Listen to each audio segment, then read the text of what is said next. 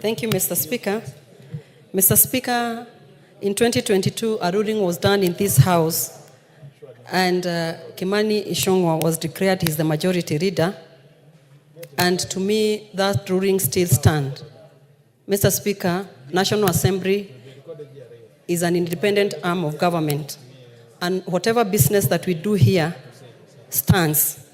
Courts cannot make laws. It is us who do it here.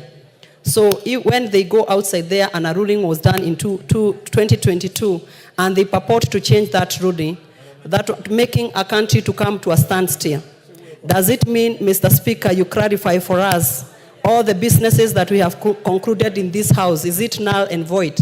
Does it mean everything that we have done in this House does not count?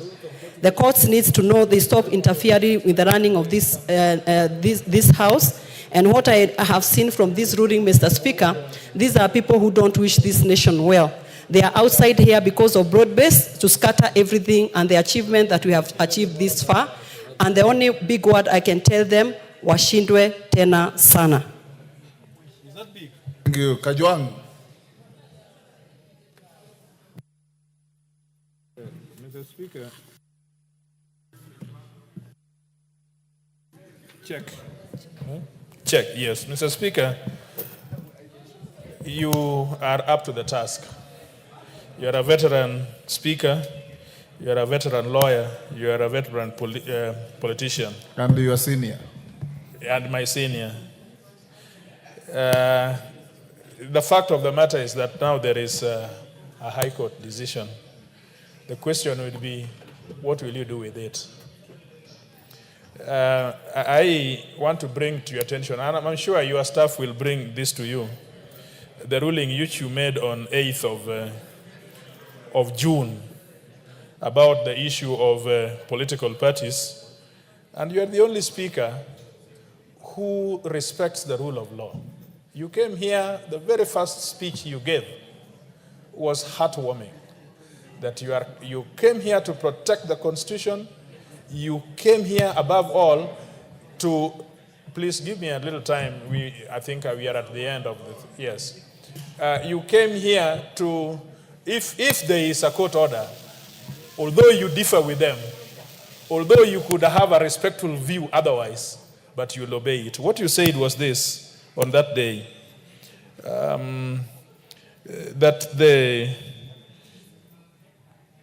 that I think, let me just get it for you. In difference to the directions the court with respect to the appellate administration process, I did notify the House, despite the discomfort of this decision caused on the business of the House. Immediately thereafter, I instructed the liaison litigation counsel to challenge the speaker. As your speaker, I remain cognizant of the obligation imposed on Article 3 of the Constitution, with respect to defend the Constitution and proceedings of the House.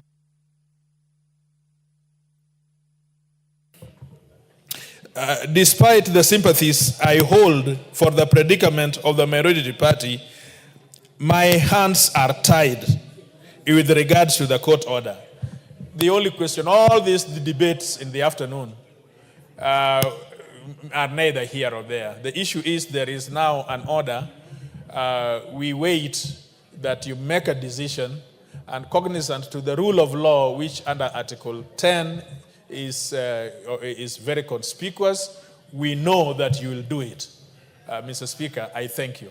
Dr. Nyikal, sorry, Doctor, with your age, we've kept you for so long. Thank you, Mr. Speaker. But he will Mr. Speaker, before the court, the question was, a decision has been made that of two coalition parties, one is the majority. That was what before the court. The court decided that that decision was not correct. And therefore, it stands to reason that the other one must be the majority party. And therefore, what was before you is, as people saying, Mr. Speaker, you'll make a decision, or you will resolve, or you do. What is remaining is for you to implement the decision of the court. But if you take the position, Mr. Speaker, that the status ante is what prevails, then, Mr. Speaker, again, did you have to subject the whole House for this lengthy discussion.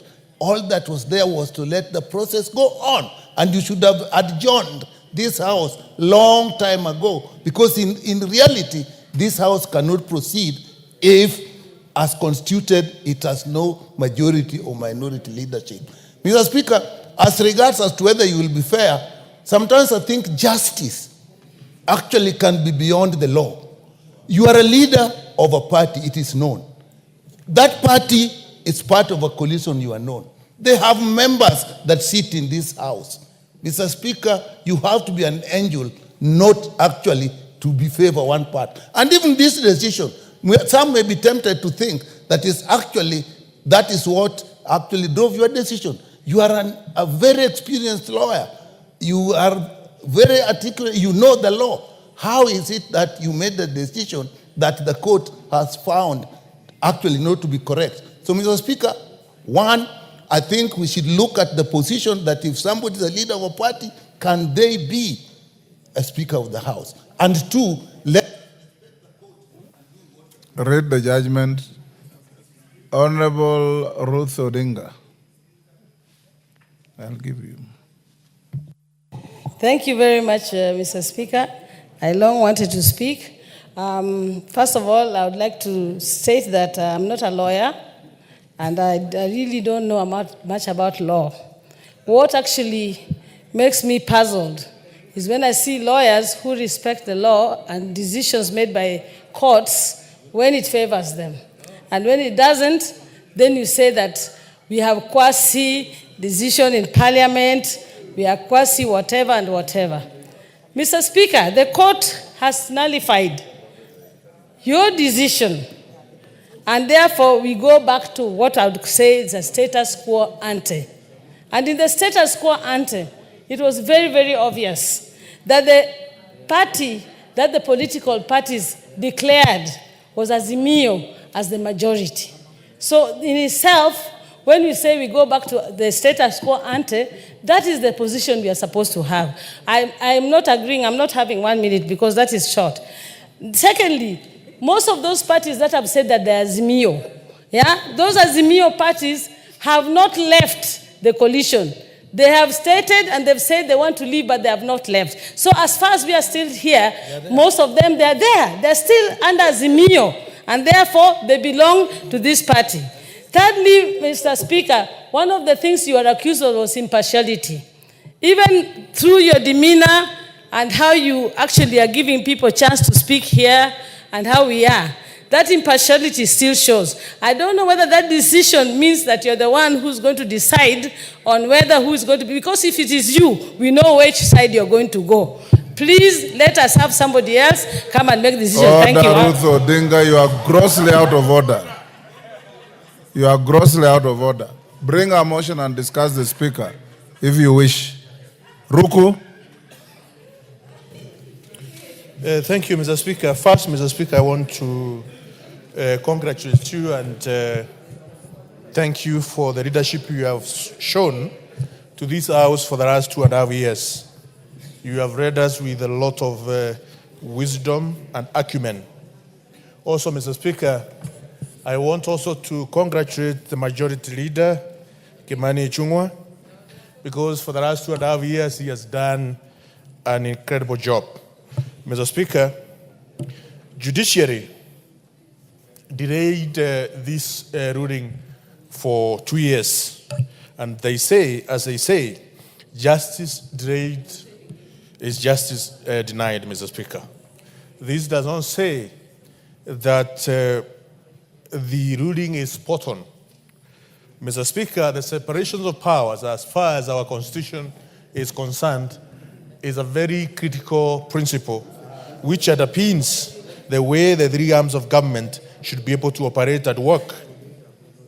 Mr. Speaker, if you refer to the political parties, to the registrar of political parties, you'll be able to get the results or the membership of parties within the coalitions.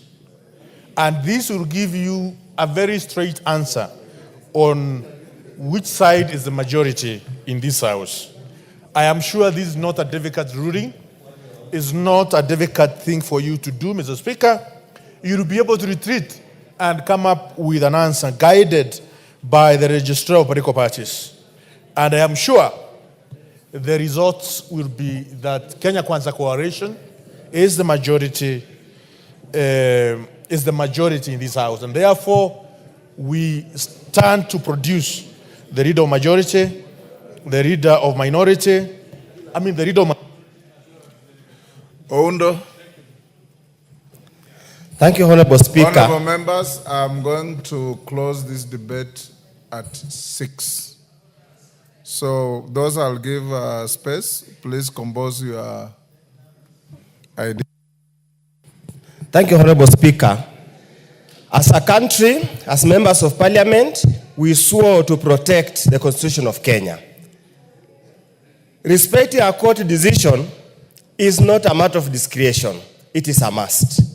Until the High Court decision is appealed or set aside, we have no other option but to accept and obey the court decision. Honorable Speaker, the ruling has brought us to 4. When is an election held? When are the results announced? And once the results are announced, does any other body in this country have the power to change the composition of the membership of this parliament? Honorable Speaker, elections were held in August 2022. The numbers were very clear. The numbers have not changed. And Article 108 is very clear what becomes what and what becomes what. Honorable Speaker, the ruling you are being invited to make is generally not even a ruling. Until we annul the court order, then we have no choice that the decision you made has been annulled, and the decision you made then was to say Kenya Kwanza was the majority party. The other opposite is very simple, straightforward. That if it was annulled, you have to go back and find the details. Who was the majority party then? Because the decision was being annulled is that particular decision. I do not know what else we are supposed to do. On the issue of your position as Speaker and the member for the Kenya party, is neither here nor there. Because we leave it to your conscience. Whether it impacts your impartiality or not, we leave it to your conscience. You are an elder. We respect you. We would not want to go into that matter. Thank you, Honorable Speaker. Bissau.